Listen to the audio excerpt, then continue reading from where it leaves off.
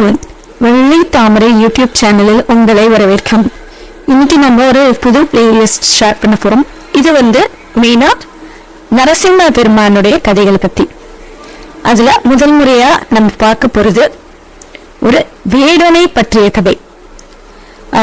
இந்த கதை பாத்தீங்கன்னா நமக்கு இது என்னன்னா பக்தி கதையா இருந்தாலும் இதுல முக்கியமா நம்ம கத்துக்கிற விஷயங்கள் ஒரு நபருடைய தன்னம்பிக்கை, விடாமுயற்சி, சொல்லுவீங்கள ஒருமைப்பாடு, சிந்தனை, இதோடலாம் ஒரு நபர் உழைக்கும் போது நமக்கு எப்பேற்பட்ட பலன் கிடைக்கும் அப்படிங்கிறதுதான் இந்த கதை.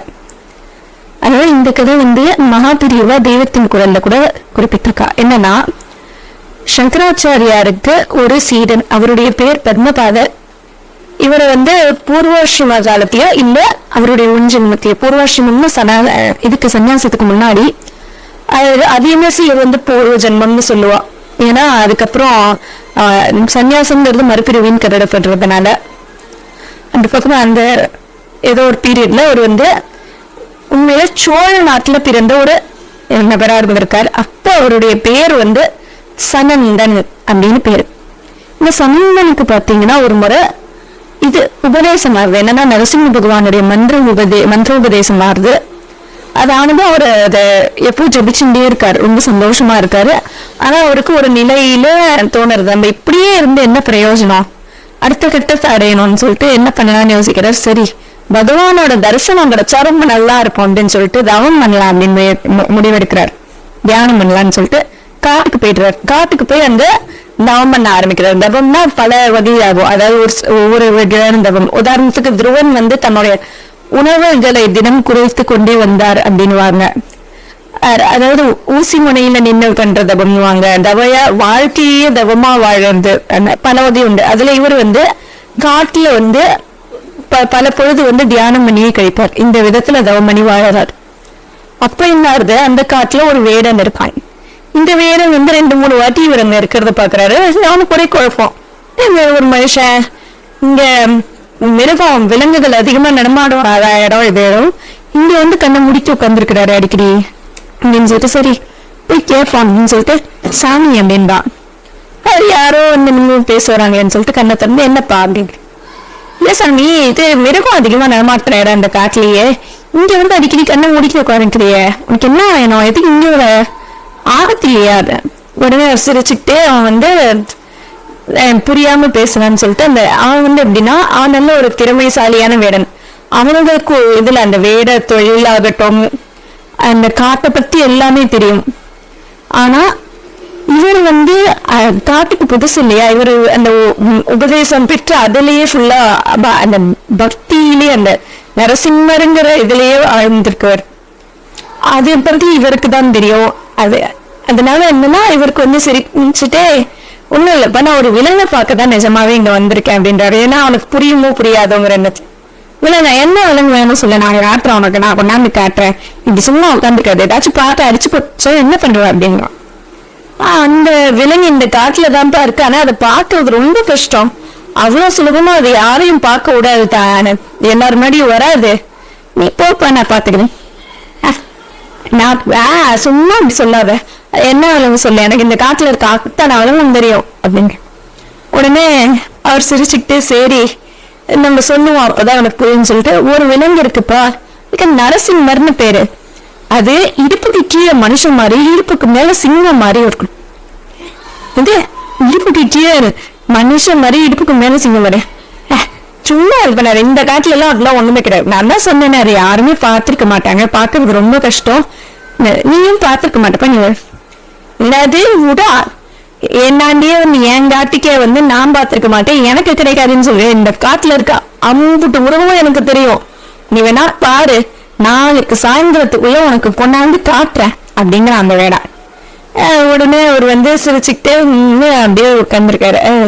அப்ப அவன் என்ன சொல்றான்னா, இங்க பாரு, என்னை பார்த்து நீ சிரிச்சுக்கிட்டே இருக்க, உனக்கு ஒண்ணு சொல்றேன், நாளைக்கு சாயந்தரத்துக்குள்ள எனக்கு அந்த மிருகம் கிடைக்கலன்னா நான் உசுர விட்டுருவேன் அப்படின்னு அந்த வேடன் சொல்றான். அவர் ஏதோ சாதாரணமா சொல்றான்னு சொல்லிட்டு மறுபடியும் தியானம் பண்ண ஆரம்பிச்சிடுறாரு. இவன் பார்க்கறான், தேடுறான், ஃபுல்லா தேடுறான், நல்லா இருக்கணும்னே வீட்டுக்கு போயிடறான். சரி இன்னைக்கு பிடிக்க முடியாது, அடுத்த நாள் காலையிலேயே தேட ஆரம்பிச்சிடுறான். தேடுற இதுல அவன் மனசுல வந்து அவர் சொன்ன உருவத்தை அப்படியே கற்பனை பண்ணிக்கிட்டே இருக்கான். மைண்ட் முழுக்க நரசிம்மரோட உருவம் தான் இருக்கு. பசி தெரியல, தாகம் தெரியல, தூக்கம் தெரியல, தேடி தேடி பாக்குறான். எங்கேயோ அந்த சூரிய ஒளிய மட்டும்தான் கவனிக்கிறான். வெளியில சூரிய ஒளி எப்ப மங்க ஆரம்பிக்குதோ நம்ம இதுல தோத்து போயிட்டோம் அப்படின்னு முடிவெடுத்துட்டு தற்கொலை செய்யறதுக்கு முடிவெடுக்கிறான்.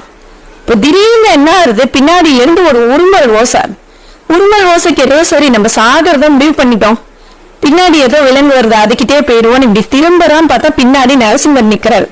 பார்த்தோன்னே இங்கதான் இருக்கியா நீ, ஒன்னதான் நான் காடு முழுக்க தேடிட்டு இருக்கேன் அப்படின்னு சொல்லிட்டு கயிற்றுல சுருக்கு போட்டு கயிறால அவரை இழுத்துட்டு போறான். இழுத்துட்டு போய் சாமி கண்ணத்தர இங்க வந்துருச்சு பாரு அந்த மிருகம் அப்படின்னா முதல்ல அவரு கவனிக்கல.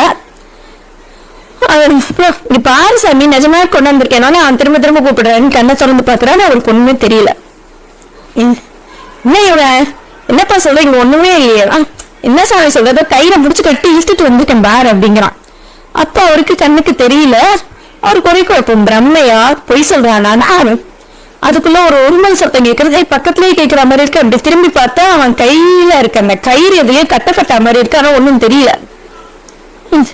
அவருக்கு ஒரே வருத்தமாயிரு, என்ன தருவானே இப்படி பண்ணிட்ட, அந்த வேறனுக்கு கிடைச்ச இது கூட பாக்கியம் கூட எனக்கு கிடைக்கலையே அப்படின்னு அழறாரு. உடனே சொல்றாரு நரசிம்மர், நீ அவன்கிட்ட என்ன வேணும்னு சொல்லி நான் எப்படி இருப்பேன்னு என் உருவத்தை பத்தி சொன்ன. நீ சொன்ன உடனே அவன் மனசு முழுக்க என் உருவத்தையே கற்பனை பண்ணி சிந்திச்சுக்கிட்டு இருந்தான். அந்த சிந்தனையில அவன் சூரியனை தவிர மற்றதையும் என்னையோ தவிர சூரியனையும் என்னையும் தவிர மற்ற அனைத்தையும் மறந்துட்டான். அவனுக்கு பசி தாகம் தூக்கத்தெல்லாம் மறந்துட்டான். கோடான கோடி வருஷங்கள் தவம் பண்ணா கூட அந்த நிலையை அடையிறது கஷ்டம். அதனாலதான் அவன் கண்ணுக்கு தெரிய. ஆனா நீயும் ரொம்ப கஷ்டப்பட்டிருக்க, அதனால உனக்கு என் குரலை கேட்கிற பாக்கியம் இப்ப கிடைச்சிருக்கு. பிற்காலத்துல எப்பயாவது உனக்கு தேவையானதும் நடக்கும் அப்படின்னு சொல்றாரு. அதுக்கப்புறம் இவர் தான் சங்கராச்சாரியரோட சீடரா பத்மபாதராரு.